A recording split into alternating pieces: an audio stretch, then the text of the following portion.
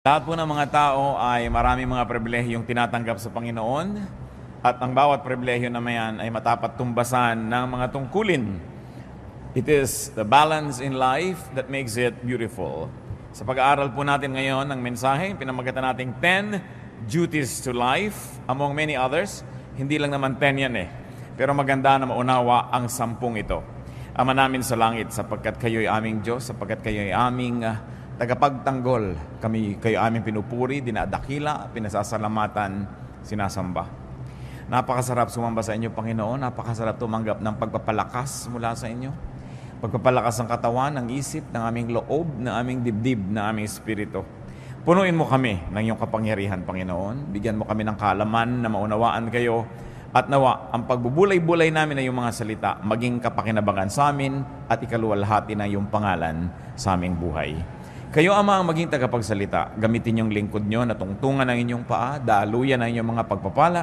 Subalit nais amin kayo ang pakinggan. Speak to your people, O God. Walk in our midst. Be the speaker. Be the messenger. Lord, lift your name up. And we ask you, bless us. Protect us from evil men, from evil spirits. Protect us from our foes. Protect us from people who would like to do us harm. And protect our loved ones from all evil. Protect us, Father. Let your truth reign in our hearts. Heal our infirmities. Strengthen our weaknesses. Paliwanagin niyo po, Panginoon, aming makadiliman. Pagalingin na aming makaramdaman. Ito ang aming dalangin. May pasalamat sa ngalan ng Panginoong Jesus. Amen. Ang mensahe pong ito, ang totoo ay kakambal ng ating mensaheng na ibigay na noon na 10 privileges of life. At ano po ba yung mga pribilehiyo na yan na ating sinariwa noong nakaraan? Some basic privileges of life include breath, sight, touch, taste, smell. Kung tutuusin yung mga basic senses. Privilege also includes movement, especially the imagination that moves not only the body but also the spirits. Humor is privilege, love is privilege, rest, and very especially prayer. Bakit po natin binanggit yung 10 pribilehiyo na yan? Dahil lahat ng tao, irrespective of gender, race, or economic station in life, can have them. May mga ilan-ilan na may kulang-kulang, kung minsan hindi ka nakakaamoy, hindi ka nakakakita, pero hindi naman pwedeng wala lahat yung 10 na yun sa isang tao. At nakikita po natin ang pagpapala ng Diyos, maging doon sa mga kinukulang ang mga ganitong kakayahan, lalo ng senses, ay lalo namang nagiging matalas yung ibang nilang senses to compensate for what might be lacking in their lives. Now, these privileges are balanced by duties, and those duties are what we're going to discuss. 10 duties to life. Hindi ko po sinabing 10 duties of life, kundi ito ang mga 10 tungkulin natin sa buhay. Tayo ay nananagot sa buhay na gawin ito sa Kanya. Unang-una, protect it. Life must be protected from death. Life must be protected from threats. Psalm 64 verse 1, Hear me, O God, as I voice my complaint. Protect my life from the threat of the enemy. Isa po yan na paulit-ulit na tema ng mga panalangin, lalong-lalo sa Old Testament at lalong-lalo sa Psalms, yung panalangin sa Diyos ay ipagtanggol at ipag-adya yung nananalangin mula sa mga kalaban at sa masasamang tao, sa mga nais na kumitil ng buhay o kaya ay magbigay ng panganib. It's a very valid prayer. It's a very good prayer to pray that the Lord protects us. 1 Samuel 21 and 24. Then David fled and went to Jonathan and asked, What have I done? What is my crime? How have I wronged your father that he is trying to take my life? So David hid in the field. Alam po natin ang background niyan, itong tatay ni Jonathan, si King Saul, wanted to kill David because he was threatened by David's anointing from the Lord. At ang ginawa ni David dahil siya gustong patayin ng hari, ay nagtago. Hindi wise na harapin mo ang bala, wise na harapin mo ang apoy, harapin mo ang kamatayan, kung pwede mo naman itong iwasan. Do not needlessly put life in danger and at risk by commission or by omission. Meaning by doing something that endangers your life or by omitting doing something that can protect your life. Marami pong mga kumisan, mga sports hindi na necessary. Sobrang threat sa buhay. Maraming mga libangan, maraming ginagawa ang tao, inilalagay ang buhay na parang taya sa isang sugal na pwedeng sa isang saglit lamang ay maglaho ang buhay na ito. Hindi ganyan ang ating dapat ginagawa sa buhay. We've got to protect it. At bakit po natin pinag-uusapan itong mga obvious naman na ito? Sapagkat sabi nila, ang paalala ay gamot sa taong nakalilimot. Kung minsan nalilimutan din natin that we are needlessly putting our lives in peril, under threat, in danger. Kahit sa mga bagay na pagpaputok lang kwitis, kung minsan ang buhay mo pala napapanganib. Kung minsan yung hindi pagjejeta sa pagkain ng mga bawal, hindi mapigil-pigilan ng katakawan, yung pala nanganganib na ang kalusugan ng isang tao. Sa pag-neglect na mag-medical check-up, may ipang-papa-medical check-up naman, pero nineneglect, pinapaurong-urong, lumalala ang mga sakit. This is needless dangers that we allow to enter our lives. Another duty to life is to edify it, to lift it up to ever-escalating heights and meaning and value. Hindi tayo nabubuhay para maghanap buhay. Naghahanap buhay tayo para magkaroon ng buhay. Dapat ang paghahanap buhay, isa lang po yan na kasangkapan, props ng buhay, para magkaroon tayo ng kailangan natin na pera o kaya ay kabubuhay para magkaroon ng tunay na buhay. Ang buhay ay hindi hinahayaang mapanis, yung nandyan na lamang at hindi na umasenso, nabulok na lang, inanay, umatras. Ecclesiastes 1:13, I devoted myself to study and to explore by wisdom all that is done under heaven. So si Solomon, mayaman na, hari na, sinika pa mag-aral. Yung mga iba naman, gumraduate pa lang ng college, sabi, tapos na, ayoko na magbubukas ng notebook ulit kahit buong buhay ko, hindi na ako magbabasa uli ng libro. Ang utak po ng tao, habang ini-stretch, lalong lumalaki. Pero parang sikmura rin yan. Pag palaki ng palaki kinakain mo, palaki ng palaki yung tiyan mo, mas marami ka nakakain. Pero subukan mong konti yung kinakain, lumiliit din yung tiyan nyo, nag-a-adjust. Ganon din yung brain. The more information, the more knowledge you process, the more capable your brain becomes. Pero pag pakonti ng pakonti ang iniisip niyan, pakonti ng pakonti ang mga nilulutas, lumiliit din ang utak. Meron po mga nakakausap tayo sa buhay na nakakabobo. Pag lagi siyang kausap nyo, mabobobo kayo. Meron tayong mga ginagawa na nakakabobo. Pag yun ang ginagawa mo, mabobobo ka. Kaya kailangan lagi kami iniisip na ibang gawin so that your brain will continue to expand, so that it would be enriched with knowledge and therefore with the accompanying wisdom. Luke 12:23. Did we read Ecclesiastes 1:13? I devoted myself to study and to explore by wisdom all that is done under heaven. So, ganun ang ginawa ni Solomon. In Luke 12:23, life is more than food, and the body more than clothes. So yung katawan, hindi lang yung katawan yung katawan instrumento para may marating yung nakatirang espiritu doon. Pag katawan mo lang ang mahalaga sa buhay, you don't get it. That the body is only a tool so that the spirit that lives in it can evolve and can become the great spirit that it is destined to be. So, ganun din yung pagkain, buhay, hindi lang para kumain, ay buhay ka na. Tapos aantay ka ng umaga, pag umaga, antay mong gumabi, pag gabi, inaantay mo mag-umaga, ganun na lang, naubos na lang yung buhay ng papaganon. We've got to go beyond the basics, we've got to go beyond survival level. Kaya kalaban po ng tunay na espiritualidad, ang sobrang karukahan, ang sobrang kahirapan. Kasi very, very poor people are not able to move on because they're just too busy surviving. May narinig kong kanta ni Madonna, sabi niya, I will not go to heaven, I will not be an angel because I'm too busy surviving. Sabi nung kanta niya. There is some truth in it because when people are just too busy trying to survive, they will not be able to evolve into the refined personalities that they should be. Kaya kahit edad, nilalampasan para magkaroon ka ng lalong credibility. At kung bata ka pa at may credibility ka na, kailangan ipakita mo yon at lagi mong patunayan. Si Paul, ang kanyang payo kay Timothy, sapagkat itong si Timothy isang batang leader, 1 Timothy 4:12, don't let anyone look down on you because you are young, but set an example for the believers in speech, in life, in love, in faith, and in purity. So hindi excuse na bata pa ako o kabataan pa lang ako so pwede akong maging ganito lang. Sabi, kailangan malampasan mo agad yan, mag-graduate ka, kasi napakaiksi ng buhay, pero napakaraming dapat marating. Sa katunayan, even geographically speaking, napakaraming lugar na dapat mabisita, napakaraming pagkain dapat matikman, napakaraming librong dapat mabasa o masulat, napakaraming kaibigan na dapat maging kaibigan, makilala, makadaupang palad, Maraming karanasang dapat maranasan, pero kung umikot na lang ng umikot ang iyong buhay sa the same karanasan every day to the point that you're bored, then you are cheating God who created life, and sadly, you are cheating yourself. Ang buhay dapat laging may bagong nararanasan, may bagong nalalaman, at may bagong mga applications na nalalaman at naia-apply sa buhay. Another duty to life, beautify it. Make life lovelier, nicer, more pleasing to the body, to the soul, to the spirit. Diyan nga magaling ang mga Filipino magpaganda ng isang bagay, ng isang lugar. Pag nakakita ka ng isang babae na yung buhok niya, hindi lang tinalian, yung tali niya, may mga paru-paro, may mga bola-bolang umiikot-ikot, nag-glow-glow in the dark. Filipina yun. No, yung sari-sari ang nakalagay sa ulo.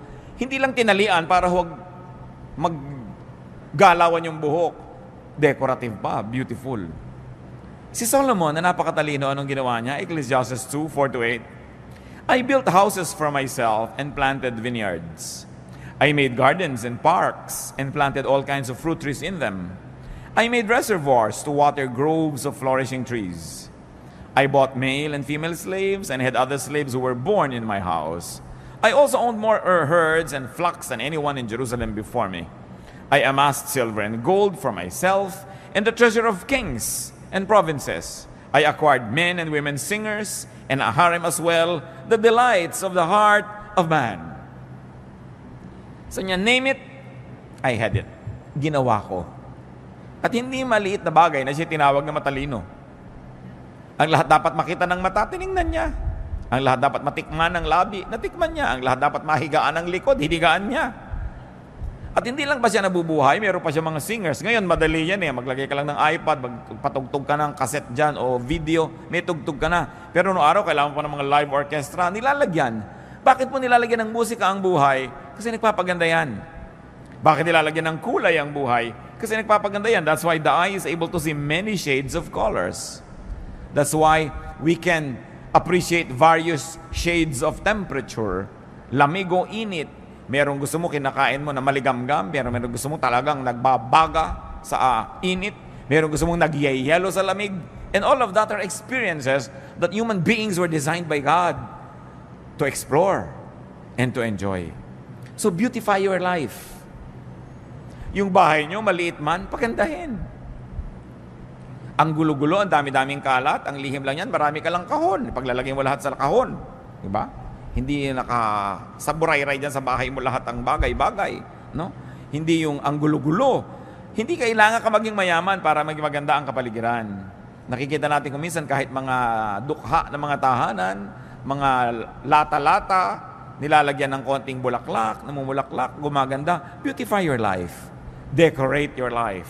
And you know, one of the best decorations of a house are the good friends that visit it. Kaya maganda yung nadadalaw ka, dumadalaw ka. Beauty means balance, symmetry, harmony. Mamamahay na rin lang kayo, linisan na, gandahan na. Magbibihis na rin lang kayo, gandahan nyo na.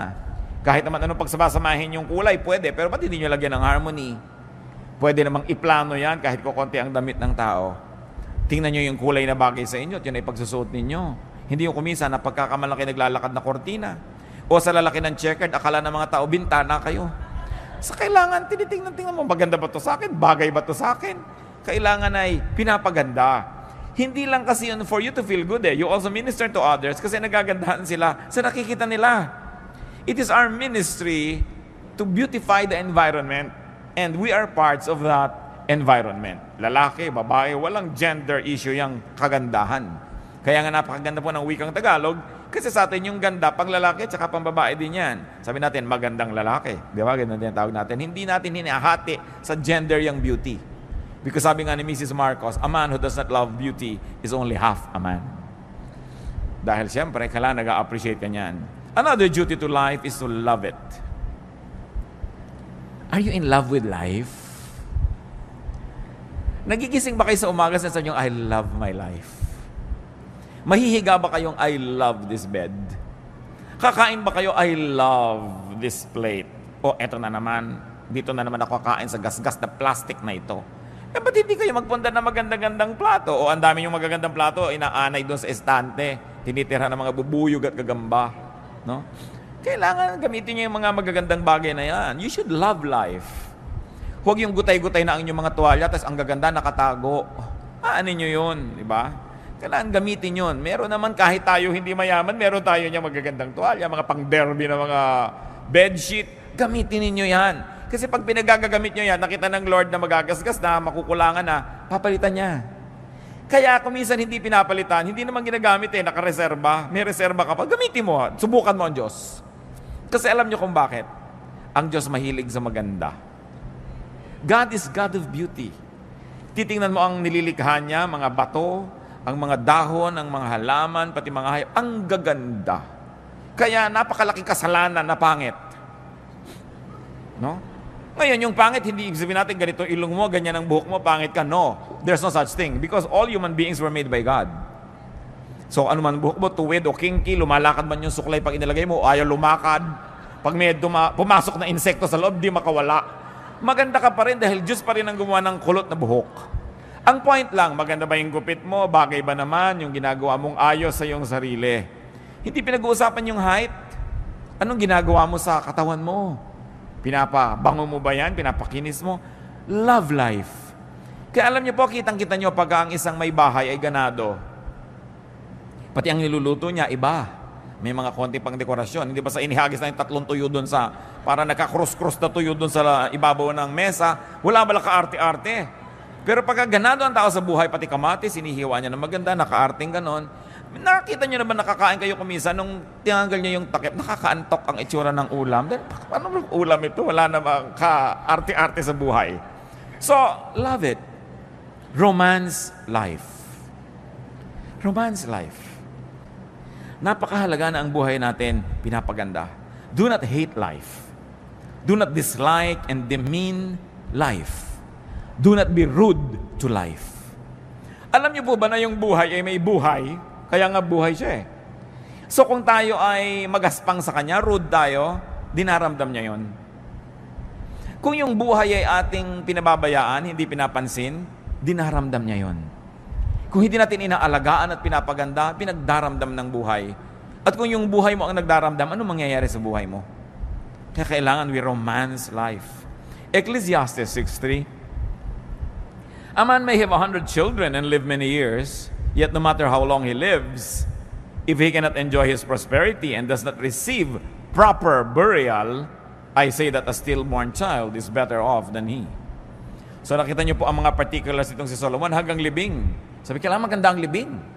Yan ang last statement ng buhay mo. No? Kailangan pinaplano mo rin yan. Dahil gusto mong igalang, maging yung katawan mo na iniwan sa bandong ibabaw. No? Kailangan na inaayos ang buhay, binibigyan mo ng dignity. Kung paano ka uupo, paano mo ginugupit ang iyong buhok, paano mo inilalagay ang bag mo. May mga bag na parang nagtutong na sa lahat ng dumig, kung saan-saan na lang inilalapag, walang galang sa bag.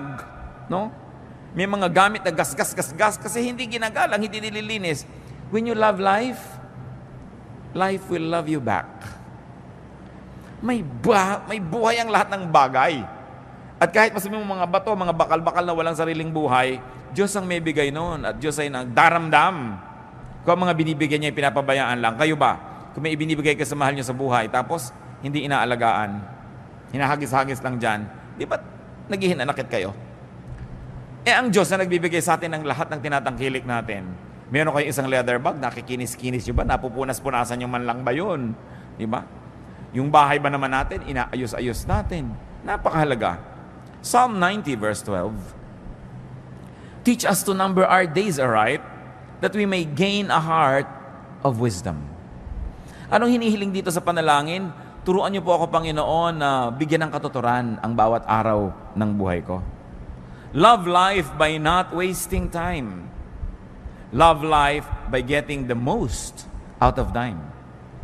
At dyan po tayo lahat pantay-pantay, mga kapatid. Lahat ng tao, tig to 24 hours a day lamang. Tig 7 days a week. Bakit dumadaan ko minsan isang semestre na merong isang estudyante na magiging 4th year na siya, pero ikaw na isang estudyante, 2nd year ka pa rin, Pareho kayong dinaanan ng semestre na yun, ha? Bakit dumadaan ng mga panahon? 7 taon na yung inyong kapitbahay, may aanihin na siyang atis.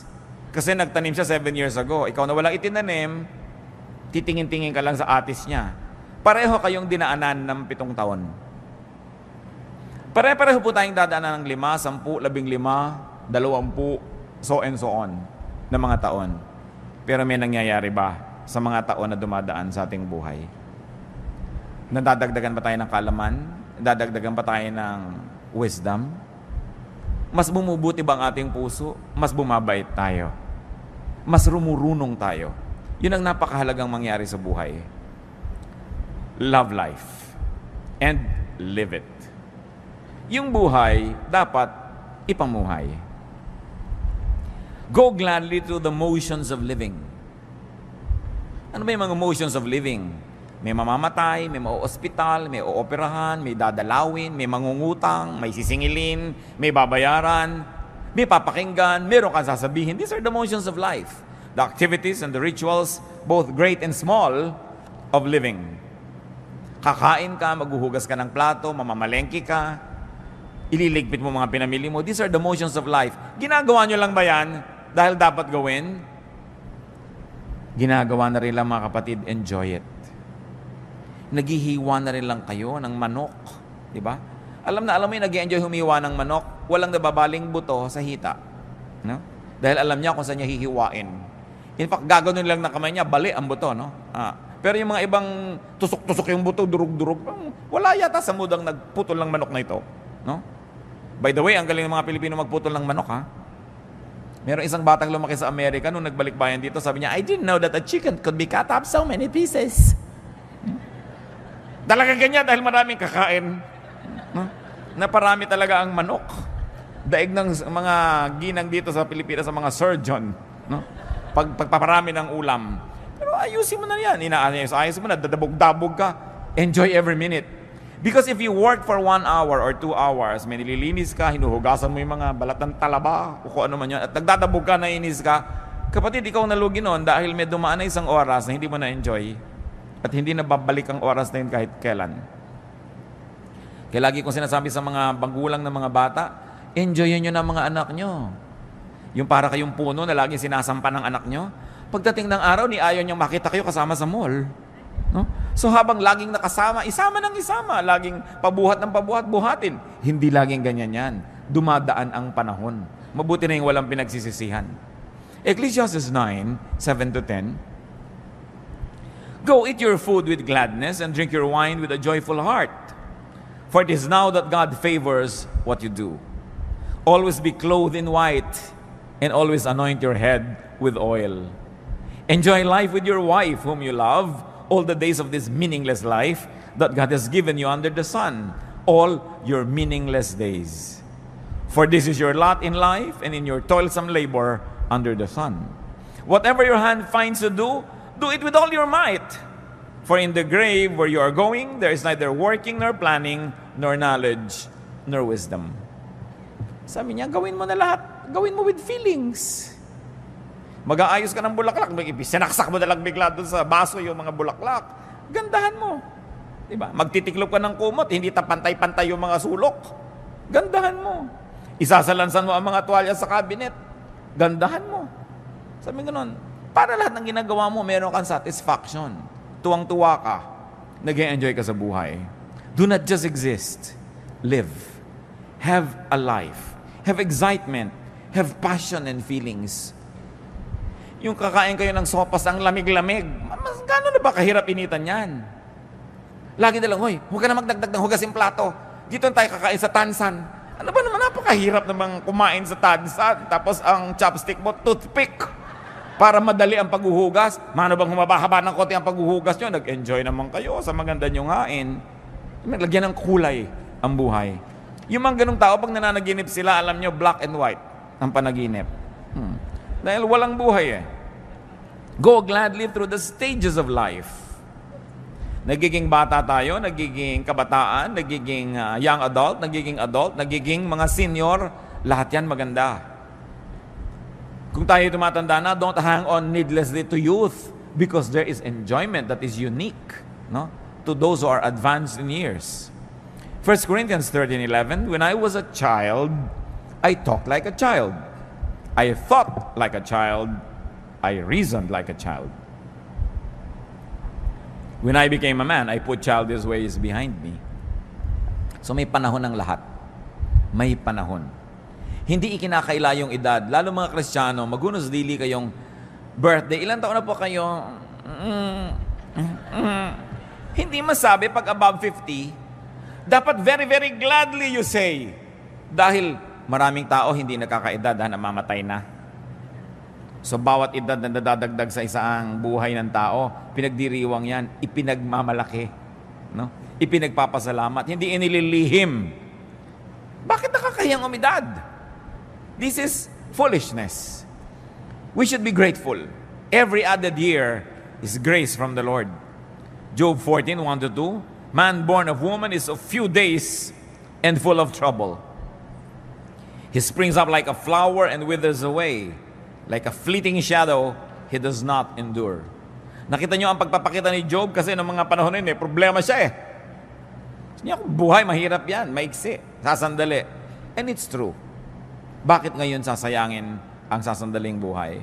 So be a child, be a youth, be an adult, all in its right time. And another duty to life, which is very much related to what we're saying, is enjoy it. Hindi komo ang isang tao ay makadiyos, ayaw niya mag-enjoy. Ito ang dapat ituwid. Akala nyo ba, pag religyoso ka, walang enjoyment. Puro mga parusa sa sarili, puro pag-aayuno, puro pagtitiis, puro pagtitipid. Enjoy life. Ecclesiastes 8:15, so I commend the enjoyment of life. Because nothing is better for a man under the sun than to eat and drink and be glad. Then joy will accompany him in his work all the days of the life God has given him under the sun. Remember, nagsasalita si Solomon na nagtrabaho ha. Sabi niya, I planted vineyards, I made orchards, I made reservoirs, I made houses. Kaya din siya nag-enjoy ng pagkain niya, ng pagpapahinga niya. Pero kung wala kayong ginagawang gano'n, tapos puro enjoyment, hindi rin yan balance. Enjoyment is earned. Ecclesiastes 10:19, a feast is made for laughter, and wine makes life merry. Sabi ganon, magpakasaya kayo. Basta hindi niyo nililimot ang Diyos. Sabi niya, young man, enjoy your life. Just remember that you will face God and you will give an account. Ibig sabihin, huwag mo kakalimutan na may Diyos. Nag-enjoy ka. It's from God. Pero be responsible for the kind of enjoyment that you have because there's going to be accountability also. Life is far from perfect. Don't cry over spilled milk, sabi nga nila. Marami na siguro kayong gatas na naligwak, juice na natapon. Baka naman hanggang ngayon, ipiniiyak nyo pa, tama na. Merong nasayang, pinanghinayangan nyo sandali, tapos tama na, get on with life. Tama na mga sisihan, tama na ang panghihinayang, yung mga if only, if only, if only. Tanggalin nyo na sa inyong lengguwahe mga kapatid yung if only. Kung natapos ko ang aking pag-aaral, yung mga ganyan, if only, pinag-aral ako. Hindi ka nga pinag-aral eh. Anong gagawin mo? Magngungungoy-ngoy ka buong buhay. Di kung gusto mo, mag-aral ka ngayon. Ngayon, kung hindi, gumawa ka ng ibang magagawa. Huwag kang laging sisihin yung magulang mo. If only mayaman kami. If only 5'10" ang height ko. If only maputi ako. If only ganyan. Walang mangyayari. Palitan natin yung if only ng napakaganda lalong 2 words, next time. Sabi niya, next time. Kung ikaw ba naman ginawa mo, next time.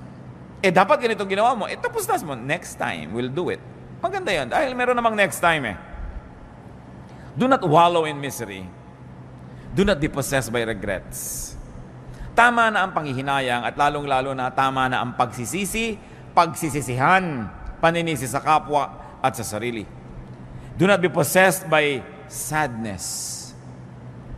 Do not be possessed by mourning and fear. Because all of this will rob you of your happiness. Kailangan yan, sisatatin natin. Lahat ng mga nasayang na noon, nasayang na, pero habang lagi niyong iniisip, patuloy pa rin nagiging sayang. So dapat ibahin ang attitude. Be free, be reachable, be available. Because the enjoyment of life is usually amplified when it is shared with others. Kaya dapat reachable ka rin. You allow people to reach you and you reach out to people and you're also available. Time is one of the greatest gifts we can give to people and to ourselves. Napaka-importante. Tigilan nyo ng mga kapatid yung may patay, tinatamad kayong pumunta. Pagkatapos ting makikita nyo yung namatayan, 5 taon ang napakanda ulit-ulit, pinapaliwanag nyo pa ba't di kayo nakapunta sa lamay. Diba? Yung may kasal, tinatamad kayong pumunta na lang kayo kaysa yung kutakot-takot na excuse ang ibibigay mo, ipinaghinanakit pa nung tao, nung yumaman, di ka nabalatuhan kasi wala ka nung kasalan. No? So, yung mga katamaran ko minsan, naranasan nyo na ba yan na gusto nyong pumunta pero tinatamad kayo? Pero nung nagpunta na kayo, nung pauwi na kayo, you were glad you did it. Because you know you did the right thing. Nakiramay kayo, dumalaw kayo sa may sakit, nakipaglamay kayo sa may patay, nakipaglibing kayo, sumama kayo sa party. Sino nga ba na interesado sa mga debu-debu na yan, nakakaantok na yung 18 roses at 18 candles? Gusto mo nang sabay-sabay nyo nang ibigay yan ang matapos. Dahil yun lang naman debutant at yung nanay niya nag-e-enjoy, lahat ay bagot na bagot. No? Pero, umaten na rin kayo kung wala rin lang kayong gagawin sa bahay at nagmumukmuk lang kayo doon. Napakaraming kalungkutan nangyayari dahil ang dami nating free time. So, punuin nyo ang buhay nyo ng mga activities. Pagtatanim din yan, yung gumagawa ka ng mabuti, umaattend ka ng mga ganon, pagtatanim yan ng mabuti. Hindi ka man umani, nakapagpasaya ka ng kapwa, natuwa din ang Diyos sa'yo. So, huwag na kayong iwas sa mga lakaran. Pag kami mga namamatay na kamag-anak, lalo ang mga magkakapatid, may mga edad at kani-kanyang pamilya, hili-hilian kung sinong pupunta. O ikaw ang pumunta, namatay na si Auntie Kikay.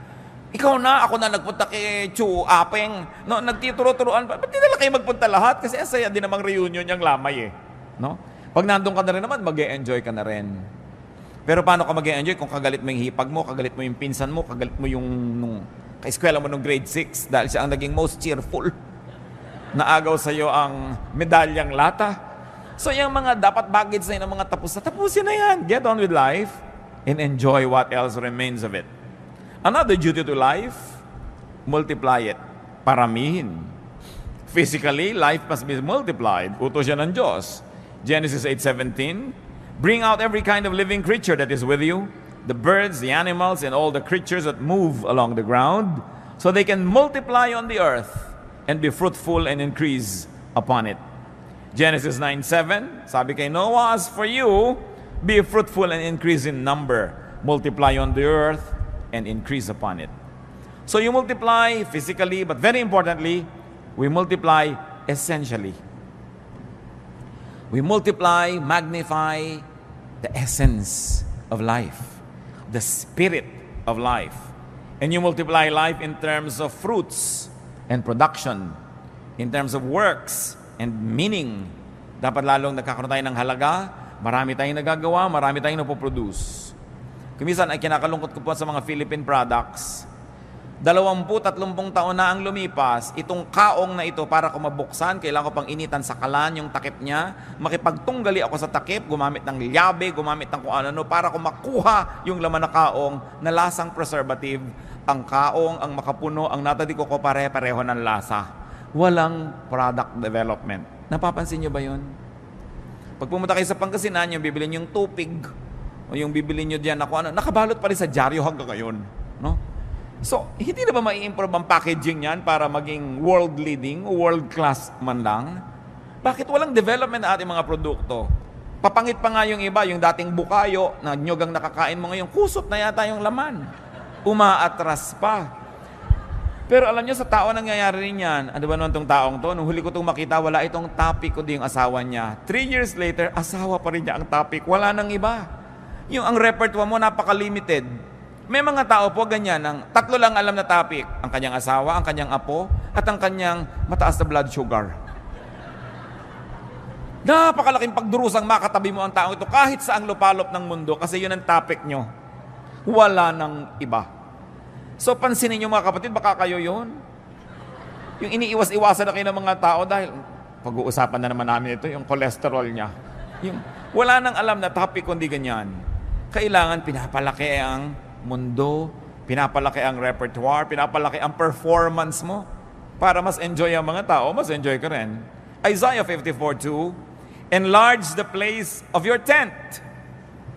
Stretch your tent curtains wide.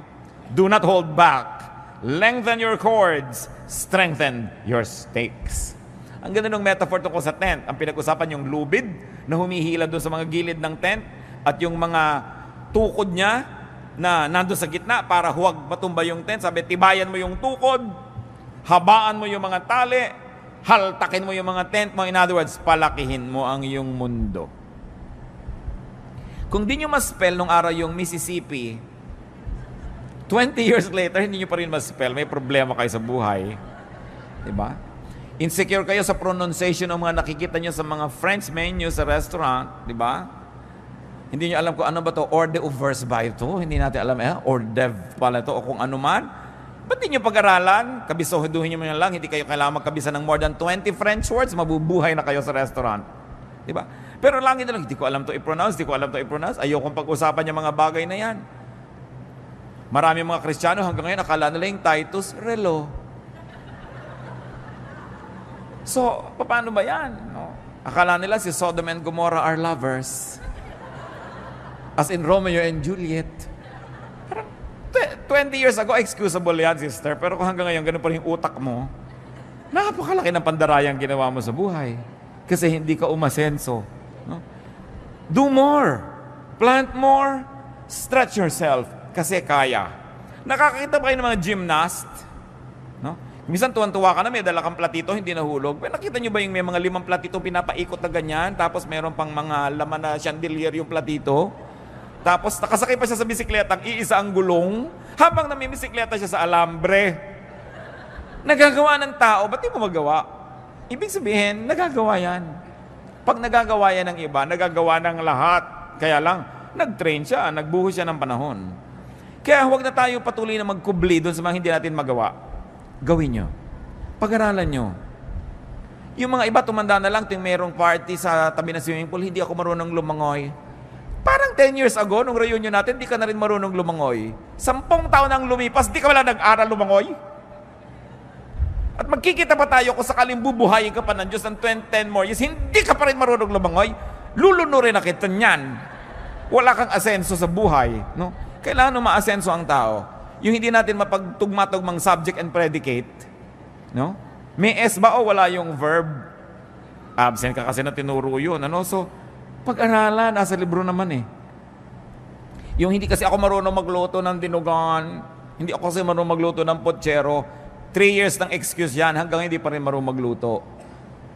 Dapat palakihin ng utak. Another duty to life is to restore it. Life will have pains and sorrow. Life will have mistakes. Life will have falls and damages. Ang dapat ginagawa ng tao is to keep restoring life. Laging may sira, dapat laging nire-repair. Yan, nakita niyo yung bubong ng bahay, hindi naman uubusan ang tulo niya na. Pag natapos na yung tulo doon, dito naman, o doon naman, dyan naman,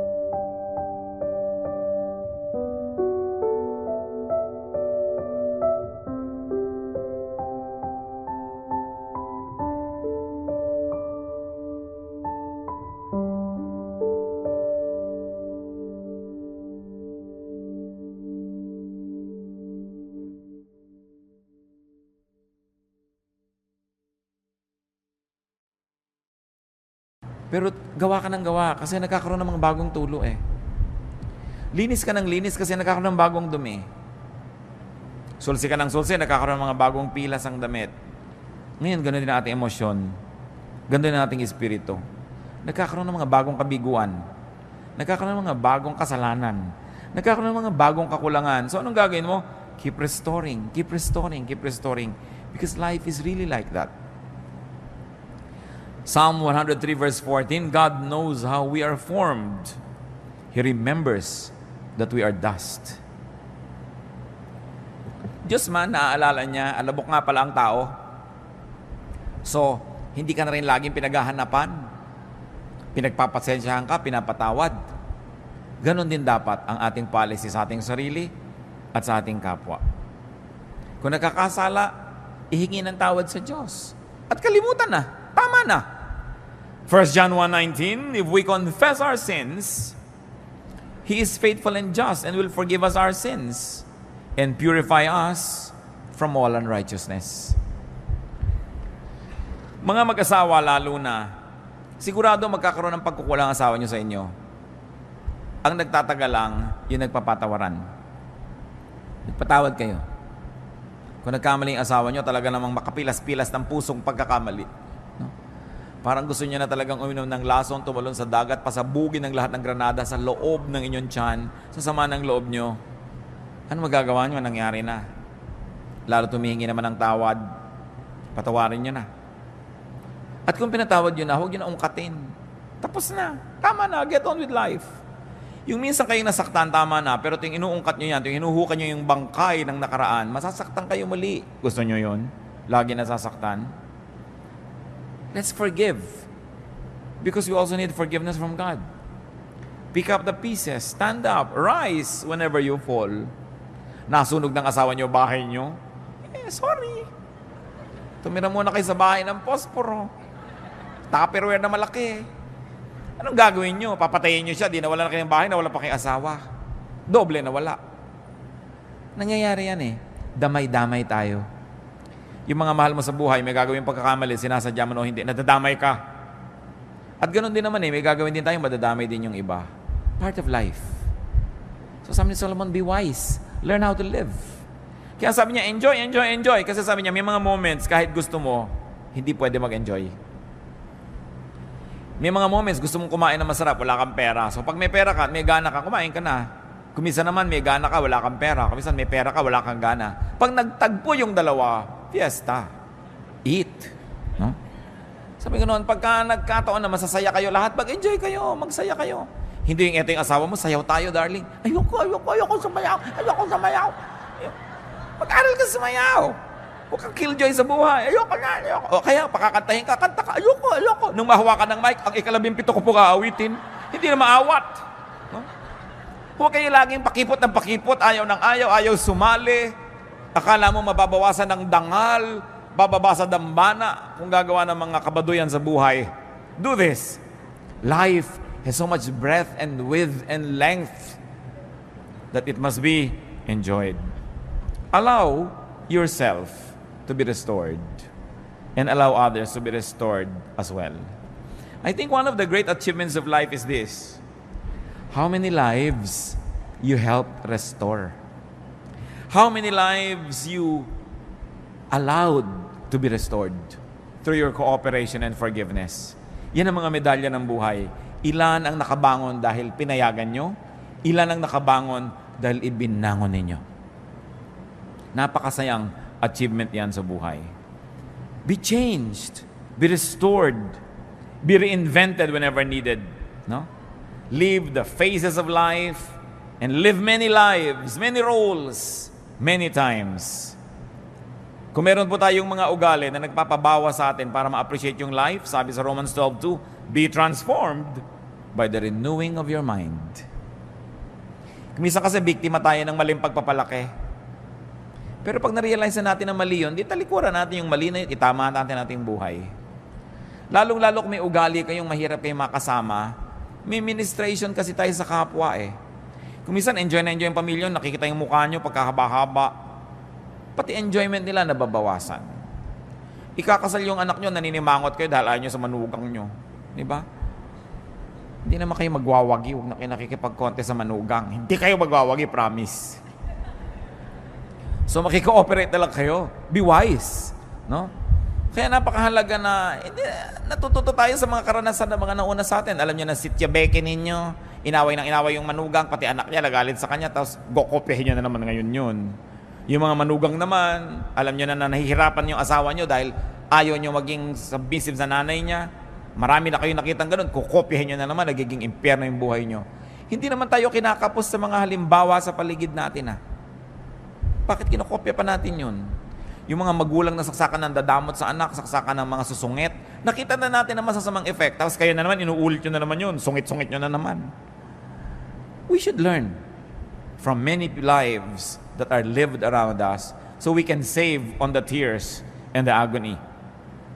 Be transformed by the renewing of your mind. Mga kapatid, kung honest po tayo mismo ang nakakaalam ng mga pangit nating ugali. Lahat ng tao may masagawang ugali.